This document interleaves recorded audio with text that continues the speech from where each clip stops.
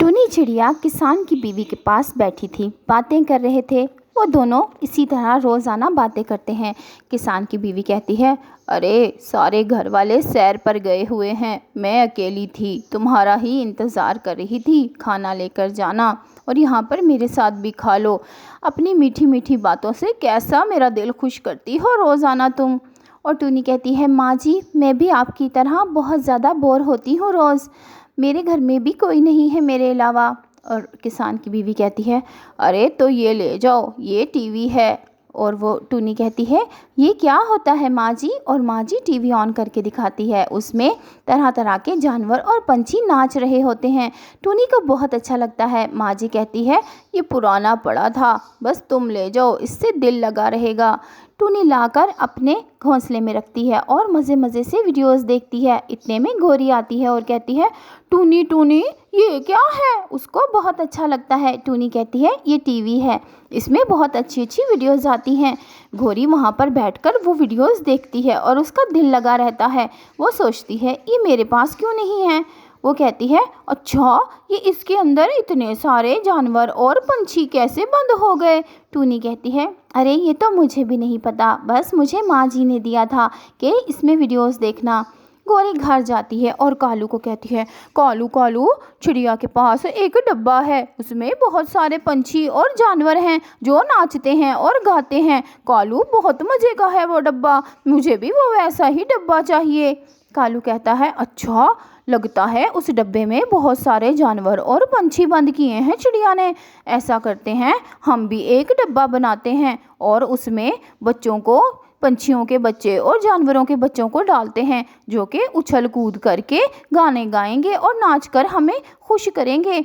इसी तरह वो एक डब्बा बनाते हैं और फिर कालू और गोरी पंछियों के बच्चों को अगवा करते हैं, एक बोरी में बंद करके ले आते हैं घर, जो कि उनको पता ही नहीं होता बाकी पंछियों को कि हमारे बच्चे कहाँ गए। गोरी कहती है, लो कालू अब इसके अंदर बंद करो। और वो उस डब्बे के अंदर बंद कर देते हैं।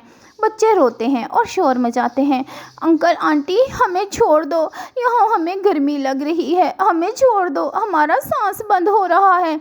लेकिन गोरी और कालू बहुत ज़्यादा खुश होते हैं और कहते हैं, चुप करो, अरे हमें गाना गा कर सुनाओ और हमें नाच के भी दिखाओ।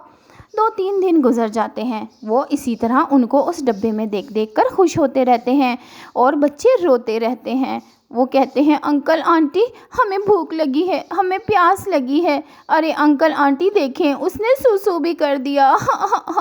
लेकिन गोरी और कालू पर असर नहीं होता। इतने में उन बच्चों के माँ बाप उनको ढूंढते हुए गोरी और कालू के घर तक पहुँच जाते हैं।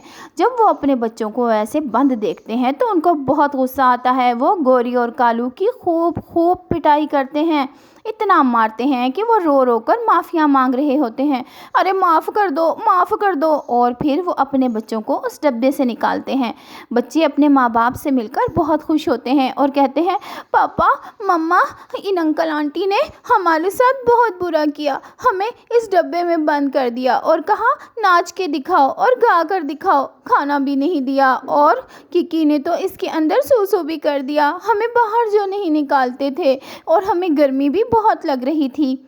और वो कहते हैं, अब ये ऐसा करके तो देखें, इनको तो पुलिस के हवाले करना चाहिए था, लेकिन हमने इनकी ऐसी खबर ली है कि आइंदा ये कभी इस तरह की हरकत नहीं करेंगे।